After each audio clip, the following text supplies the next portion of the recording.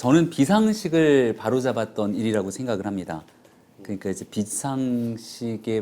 상식의 복원이라고 생각하면 어떨까 싶은데요. 문재인 정부 때 누가 뭐래도 거의 전 국민적 공분을 샀던 문제는 부동산 문제겠죠. 28번이 넘는 부동산 대책을 냈는데 잘못된 정책이 있으면 그 정책에 대해 시인도 하고 어디서부터 문제가 있는지 돌아봐야 되는데 이른바 이념적 접근에 따라서 그냥 일방적으로 계속 같은 정책들을 추진해서 전 국민을 고통에 빠뜨렸던 일들이 부동산 문제, 그리고 이른바 민노총 등 노동조합 등에 너무 과몰입된 상태 속에서 자유시장 경제를 기본적인 질서마저 제대로 바로잡지 못했다라고 하는 문제들이 생기는데요. 이런 상식을 어긋나 있었던 많은 일들을 하나씩 제자리로 돌려놓는 상식의 복원이라고 하는 일이 일단 윤석열 정부 시작되고 나서 제일 큰 성과다. 그러니까 첫 번째 단계의 성과라고 생각하고요. 화물연대 파업이 일어났을 때 처음에는 여론이 굉장히 막 술렁술렁했습니다. 그리고 많은 사람들이 윤 대통령을 비판해요. 아니 노동자를 이런 식으로 접근해갖고 이 문제 풀어낼 수 있겠냐. 이게 과거의 논리와 프레임이거든요. 그럼 거기에 맞춰서 적전 수준 타협하고 갔을 때 대한민국 산업 현장을 완전히 무너뜨리게 되는 그런 민주노총의 막무가내식 정치에 그럼 똑같은 방식으로 대한민국 기업과 국민이 희생당하라는 거냐로 볼 수 있는 건데 뚝심 있게 원칙과 상식을 바탕으로 지지율 이런 거에 연연하지 않고 갔더니 결국 마지막에 민주노총 스스로가 관련된 화물연대 파업에 대해서 화물연대 파업에 나섰던 사람들이 본인들의 파업을 철회하고 다시 돌아오지 않았습니까? 이런 일들이 윤 대통령이 국민들께서 원했던 정말 국민이 불러낸 대통령으로서의 성과를 냈던 좋은 사례라고 생각합니다. 이 정부가 큰 틀의 방향에서는 가야 될 그 방향성을 정확히 잡고 국민께 비전을 제시해서 뚜벅뚜벅 걸어가고 있다고 생각합니다. 많은 전문가들이나 정치권에서도 이런 윤석열 정부의 방향성을 부인하는 사람들은 많지는 않는 것 같아요.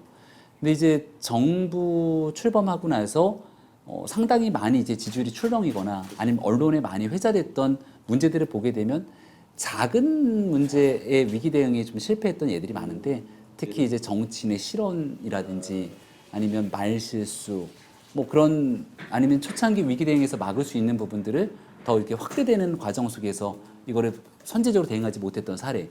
대표적인 게 노동시간 유연화에 관한 문제가 사실 노동자들에게 더 많은 선택권을 주고 휴가권, 건강권에 관한 좋은 정책이 있는데 이른바 69시간이라는 프레임에 갇혀서 이게 정부의 의지와는 관계없이 많은 비판을 받기도 했었거든요. 대표적인 예라고 보는데 그러니까 방향성과 관계없는 디테일 문제에서 이제 국민적 신뢰를 좀 어긋나게 되는 일들이 많이 나타났다라는 생각이 같고요.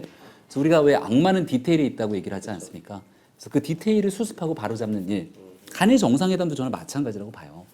우리가 가야 되는 길이었고 또 문재인 정부에서 지난 정권에 있었던 정상 간의 외교를 다 뒤집어 버렸기 때문에 양국 간의 신뢰는 완전히 바닥으로 내려가서 누군가는 이걸 복원하고 풀어내야 되는데 그래서 우리가 대통령의 담대한 결단이라고는 얘기는 하지만 그 대통령이 의지를 갖고 가서 신뢰를 회복하고 그리고 그 다음 미래지향적 관계를 가기 위한 초석을 하나둘씩 다지고 왔거든요.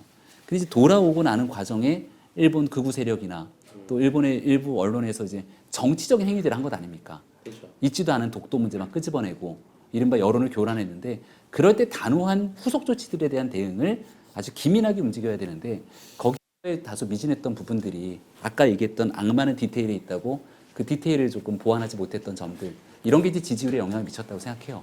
같이 저도 선거 때 일했던 사람들이라 한 명 한 명 얼굴들이 다 떠올라서 말하는데 좀 미안한 측면이 있습니다만 분명하게 대통령을 잘 보좌해야 되는 참모들의 문제들도 있다고 생각합니다. 그 정무적 판단에 대해서 뭐 저희도 여러 사람들이 섞여 있는 부분들이니까요. 그걸 이제 잘 세심한 부분들까지 보완해서 나아가야 되는데 지금까지 해왔던 일들을 잘 반면 교사를 삼아서 앞으로는 그런 실수가 반복되지 않도록 해야 되는 일이 이 정부 그리고 또 집권당이 저희 국민의힘에도 남아있는 숙제라고 봅니다. 지난 문재인 정부에 대단히 많이 실망했던 2030 세대가 대거 국민이 불러낸 대통령 새로운 정부의 성공을 한 번씩 기대하면서 찍었는데 그 찍고 난 다음 그 정치 그 선택에 대한 효능감을 아직 온전하게 맛보지 못하는 것이 아닌가 싶습니다. 그러니까 이전 대표라고 하는 한 사람에 대한 정치인 때문에 지금 있는 지지율을 설명하기에는 이거는 굉장히 복잡 단단한 많은 요소들 중에 하나를 갖고 그 꼬리를 몸통 전체를 갖고 움직이는 거다라고 생각합니다. 물론 이전 대표가 갖고 있는 젊은 층들에 대한 정치 효능감을 불러일으켰다는 점, 네. 그리고 새로운 시도를 통해서 정치 참여에 대한 의지를 촉발시켰다는 점에서 긍정적인 평가도 있습니다. 반면에 이 전 대표가 갖고 왔던 정치 행동을 통해서 지나친 갈라치기, 그리고 이 전 대표가 정치적 뭐라 그러죠? 너무 많은 갈등들을 촉진시키면서 이른바 정치에 좀 환멸을 느끼게 만들었던 여러 측면에서 부정적인 요소들도 공과가 같이 있는 거죠. 근데 지금 그거를 단순히 2030 세대의 변심으로 보기는 어렵다고 보고요. 생각과 주의를 같이 하는 사람들이 모여서 정권 획득을 위해 움직이는 결사체입니다. 그렇죠. 정권을 획득해서 그 이상과 주의를 함께 펼쳐나가는 거예요. 그들이 모인 국민의 힘이 윤석열 정부를 탄생시켜서 윤석열 정부로 우리의 사상과 주의를 펼쳐나가는 결사체입니다. 근데 그들이 서로 중구난방 다른 목소리를 내기 시작한다면 정당의 기본값을 다하지 못했다는 측면이겠죠. 하지만 다양성은 중요하기 때문에 이거를 무슨 우리가 공산당도 아니고 다른 사람들의 목소리만 야 하지마 이렇게 누를 수는 없는 거 아닙니까? 질서 있는 다양성이라는 표현을 김기현 대표가 썼던데 많은 이야기들 얼마든지 다 나올 수 있습니다. 하지만 그게 예를 들어서 아까 말씀드린 것처럼 정부는 이 정책을 얘기하는데 원내대표는 다른 얘기하면서 이건 안 한다고 틀어지고 이렇게 그냥 중구난방으로 서로 꼬여있는 모습들을 보여주게 된다면 국민께 그 정부의 신뢰를 담보할 수가 없다. 그래서 그 질서 있는 다양성을 가져가기 위한 기본값이 이번 전당대회를 통해 드러났다고 생각합니다. 저는 소통의 부재였다고 생각을 합니다. 그러니까 결국은 나중에 이제 나경원 전 원내대표도 전당대회 때 와서 영원한 당원, 사람들과 함께하는 많은 얘기들을 하고 전당대회 때 열심히 활동을 하셨죠.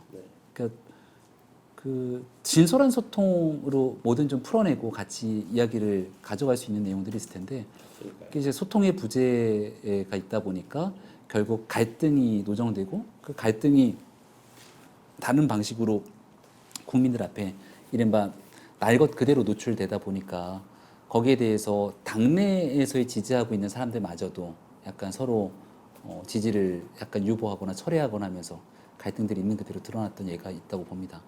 그래서 그런 일들이 두 번 다시 발생하지 않도록 앞으로 이제 총선을 다가오게 되면 훨씬 더 많은 갈등의 순간순간들이 오게 될 거거든요. 그런 걸 갈등이 골마서 터질 때까지 그대로 방치하는 게 아니라 사전에 만나서 같이 조율하고 얼마든지 이야기를 나누면서 할 수 있고 대표적인 예가 저는 이번에 우리 정책위 의장 오신 그 누구야 진주에 갑자기 이름 생각이 안 나네. 우리 정책위 의장이요. 박대출 의원님. 박대출 의원님도 그 원내대표 등에 대한 생각이 있었지만 집권당의 정책위 의장처럼 진짜 중요한 자리가 없거든요. 아마 김기현 대표께서 몇 번을 만나 설득했던 과정들이 있는 걸로 알고 있는데 그러니까 서로 역할 조정이나 이런 부분 정치인은 누구나 정치적 꿈과 자신의 생각, 소명의식이 있기 때문에 그걸 제약하거나 하기는 참 어려운 측면이 있지만 이게 잘못돼서 엉뚱한 방향으로 막 튀어나가게 되면 결과론적으로 그 최종적으로 국민들께 좋은 모습들을 못 보여줄 수도 있는 거거든요. 거기에 맞춤형으로 소통하면서 갈등을 조정하고 중재하는 일이 사실 지도부의 그 어느 때보다 중요한데 그런 역할들을 제가 아는 국민의힘 정치인 중에는 김기현 대표가 제일 잘할 사람이다. 저는 확신합니다. 이 대표 갈등 국면에서도 본인을 드러내지 않고 낮추면서 갈등 조정을 해왔기 때문에 작년도 당선인 신분으로 찾았기 때문에 거의 대통령 취임 이전이지만 당선인 신분일 때가 가장 모든 관심과 스포트라이트를 받고 대통령과 거의 준하는 대우를 받게 되는 신분이죠. 그래서 일단은 첫 번째 취임하기 바로 직전이지만 대통령 당선인 신분으로 제주 4.3을 찾았고요. 5년이라고 하는 임기 내내 사실 똑같은 추념식 행사를 모두 찾을 수는 없을 겁니다. 과거 문 전 대통령도 노무현 전 대통령 묘역을 찾았을 때 첫 회에 찾고 이제 끝나고 나서 다시 오겠다 얘기를 한 적도 있었고 제주 4.3 같은 경우는 역대 대통령으로 보면 2006년도 노무현 전 대통령이 딱 한 번 그리고 문재인 전 대통령이 3번을 찾았던 게 전부입니다. 제가 후보 시절에도 당시 그 윤석열 대통령 후보님과 함께 제주 4.3 평화공원을 찾기도 하고 여러 이야기들을 많이 나눴던 기억들도 있어요. 그러니까 거기에 대한 진정성은 그대로 쭉 가져오고 있고 그 지난날 인수위에서부터 국정과제에 이르기까지 그 마음들을 쭉 이어오고 있습니다.